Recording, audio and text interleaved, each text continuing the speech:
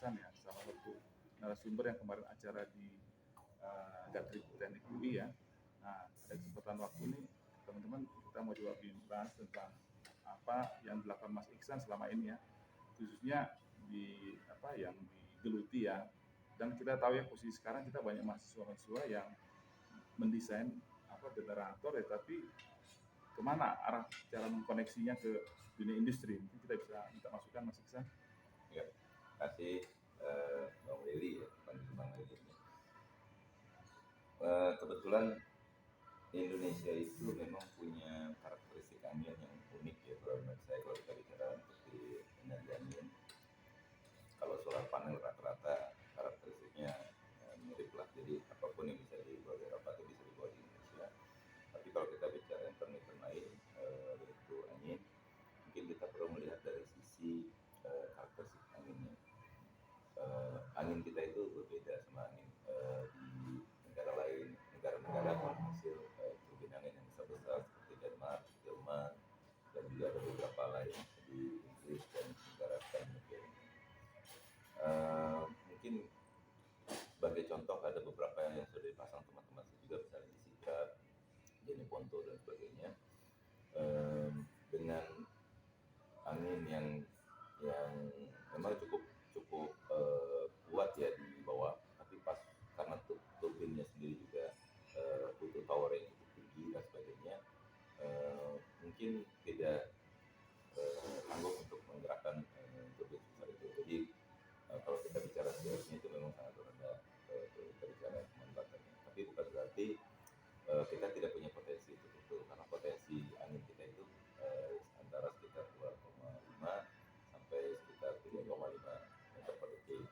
Nah, artinya apa? Artinya kita juga mulai memilih teknologi yang tepat untuk itu. Ada beberapa wind turbine besar yang skalanya 1 atau 2 mega itu memang sekarang sudah bisa bergerak di 3 meter per detik, tapi itu masih sangat mahal. Kalau kita bicara kombinasi, sebenarnya kalau saya usul, sebenarnya kita harus mengkombinasikan antara horizontal rotor dan vertical rotor, dimana yang itu mungkin kita tambahin yang bisa seperti vertical rotor. Tapi kalau kita bicara wind turbine kecil, itu ada dua jenis wind turbine yang ada. Itu satu yang seperti Danish Concept seperti ini, yang turbinnya horizontal rotor. Ada satu lagi namanya yang vertical rotor itu Darius. Ada satu lagi yang namanya itu adalah Nautilus. Jadi Nautilus itu bentuknya kayak keong. Yang baru. Nah, Nautilus ini sebenarnya udah dites juga untuk kalau angin kecil dia lebih efisien dibanding Darius sama yang Danish Concept. Saya di Indonesia mahasiswa sekarang sudah belajar, mungkin ada dosen dari Cina ya. Nah, mereka punya production hasil-hasil di sana. Nah, kira-kira ini bisa connect ke dunia industri, ada saran nggak Mas ya? Karena kan di sini Indonesia terus jarang ya. Yang setahu saya sih prototipe itu kita harus sempat ke Cina, dan Cina akan kembalikan baru kan itu kan makan waktu dan makan cost ya. Ada saran nggak Mas ya, supaya industri bisa connect dengan dunia akademik? Kalau saya lihat ada PR besar di dunia akademis kita ya, karena saya juga dosen. Permasalahan kita itu adalah kenapa kita nggak sama dengan negara-negara lain yang bisa mengkonekkan industri dan akademisi. Karena kalau kita bicara di akreditasi, itu salah satu tantangan kita adalah dosen-dosen ini dipaksa untuk fokus di TRL 1 sampai 5 misalnya. Artinya apa? Technical readiness levelnya itu sangat fundamental. Artinya kita juga harus mengulang riset-riset yang udah ada supaya kita akreditasinya akan naik. Kalau kita bicara mau menghubungkan dengan industri, itu kita harus bicara di TRL 9. Technical readiness level itu udah 9. Jadi mungkin pilot itu sekitar 6, kita udah bicara pilot, scale up, nanti masuk ke 9. Jadi memang nggak akan nyambung gitu. Karena target dari dosen sendiri berbeda sama target dari sisi industri. Jadi sampai 9. Kalau di kampus-kampus di luar negeri itu bahkan industri itu membuka kantor di kampus. Kenapa? Karena semua risetnya mereka bawah fundamental research naik sampai ke atas sampai komersialisasi. Kalau di kita cukup kadang-kadang hanya fokus di sisi piloting. Pada piloting itu butuh waktu lagi untuk menjadi komersial. Jadi jangan salah, kita kan belajar bahwa piloting itu nggak bisa langsung komersial. Ada tahapan di mana sewaktu kita scale up itu ada baik dari sisi material, baik dari sisi desain itu harus berubah. Karena nggak bisa kita bicara kita mau buat 1:10, nanti 1:1-nya tinggal diperbesar, nggak seperti itu kalau kita bicara sekarang. Ada hitung-hitungan tertentu yang berbeda dan itu butuh trial and error juga. Oh gitu ya, oke. Jadi ini pengalaman di luar Mas ya? Kebetulan saya S3 saya memang fokus untuk bagaimana mengantarkan riset ke komersial. Kami di Belanda itu ada di TU Eindhoven dan di Delft dan juga di Twente itu ada bagaimana kita mengantarkan dari sisi riset ke komersialisasi. Jadi kalau kami ini S3-nya desain engineer. Desain engineer itu beda sama orang riset. Orang riset fokus misalnya kayak kita buat gelas, itu kita orang riset hanya fokus bagaimana material yang bagus untuk gelas tersebut. Nah, kalau kami bicara bagaimana gelas ini bisa masuk ke market. Oh gitu. Wah, oke. Terima kasih. Berarti memang ada gap yang sangat besar untuk dapat dilakukan oleh akademisi ya. Nah, ini memang perlu ya. Nanti kira-kira Mas Iksan bisa membantu nggak? Mungkin ada salah satu kampus akan minta bantuan dengan Mas Iksan supaya mungkin atau gimana? Apa memang harus di studi S3 saya rasa banyak studi S3 ya, tapi metode yang Mas Iksan miliki itu nggak dimiliki Mas, terus terang saya bilang. Itu gimana Mas? Ya, karena secara training S3 saya juga berbeda sama S3 pada umumnya. Kami mendapatkan studi kasus itu dari industri.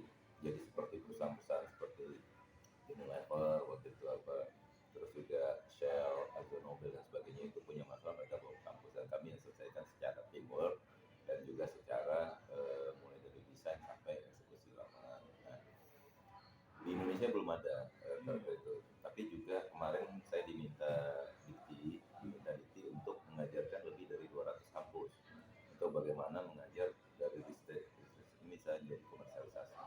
Itu di program salah satunya pembinaan di Kedeleka. Jadi kita udah lakukan itu ke kampus-kampus mulai dari Aceh sampai Papua, udah ada 200 kampus. Jadi saya juga mengajarkan bagaimana hal terpenting untuk komersialisasi itu ada beberapa poin penting. Itu ada 7 hal terpenting itu untuk komersialisasi. Itu udah kita diskusi panjang. Dan memang kekurangannya riset kampus itu memang tidak fokus untuk ke arah industrialisasi.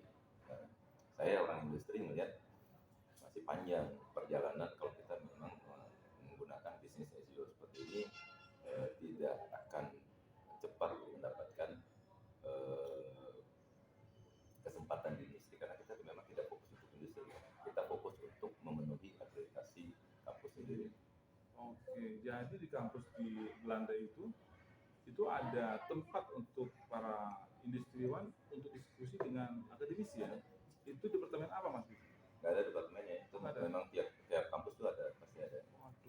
Jadi kalau kayak kita bicara di kampus kayak UI contohnya udah ada inkubator bisnis, tapi kan kita bicara inkubator bisnis di situ hanya bicara milenial inkubator, karena milenial inkubator itu belum bicara industri sebenarnya, karena masih bicara skalanya adalah kebanyakan adalah merakit. Nah, kalau kita bicara industri berarti kan ada suatu proses yang kita menghasilkan suatu produk baru. Jadi apakah merakit itu industri juga? Ya, kalau saya sih bilang sebenarnya merakit itu bukan bagian industri, itu adalah bagian dari mengumpulkan produk-produk industri yang ada, kita rakit menjadi suatu produk baru. Gitu. Apakah nanti pergudangan termasuk industri? Kalau menurut saya pergudangan juga enggak. Jadi industri itu memang harus menghasilkan suatu produk. Jadi dari mulai input sampai outputnya itu jelas. Oke, Des, mungkin lagi ya yang kita perbincangkan memang masalah ini memang sudah lama di pihak akademisi ya, mungkin masukan ini bisa bermanfaat kepada dosen-dosen atau jurusan ya untuk melihat ke depan bagaimana akademisi bisa masuk ke dunia industri. Oke, terima kasih. Ada Mungkin tambahan saya, kebetulan saya sudah menyelesaikan lebih dari 300 proyek. Jadi pengalaman saya bekerja sama dengan dosen-dosen kampus itu kebanyakan ilmu itu berubah. Jadi bahkan ilmu-ilmu yang dulu ada, kami juga belajar bahwa ilmu-ilmu yang dulu ada itu punya revisi dari ilmu tersebut. Jadi kita memang harus up to date dengan ilmu yang ada. Nah kebanyakan para dosen ini karena terlalu sibuk mengejar akreditasi, mengejar beban ke kuliah dan sebagainya, tidak terlalu dekat ke industri karena jarang juga mengerjakan proyek-proyek industri. Nah ini akan berbeda kalau misalnya kayak saya orang dosen yang masuk menjadi dosen karena dari industri ditarik menjadi dosen. Kami terbiasa berpikir secara industri. Nah ini hal-hal yang ini mungkin bisa dijembatani kalau misalnya di Indonesia itu juga ada program-program yang khusus misalnya S3 yang fokus untuk menjembatani antara industri dan juga riset. Oke, demikian guys informasi dari pakar industri khususnya di energi terbarukan ya, karena beliau sudah banyak sekali berkecimpung dalam proyek-proyek di energi terbarukan. Nanti kita sambung lagi pembicaraan berikutnya. Terima kasih semua. Selamat siang.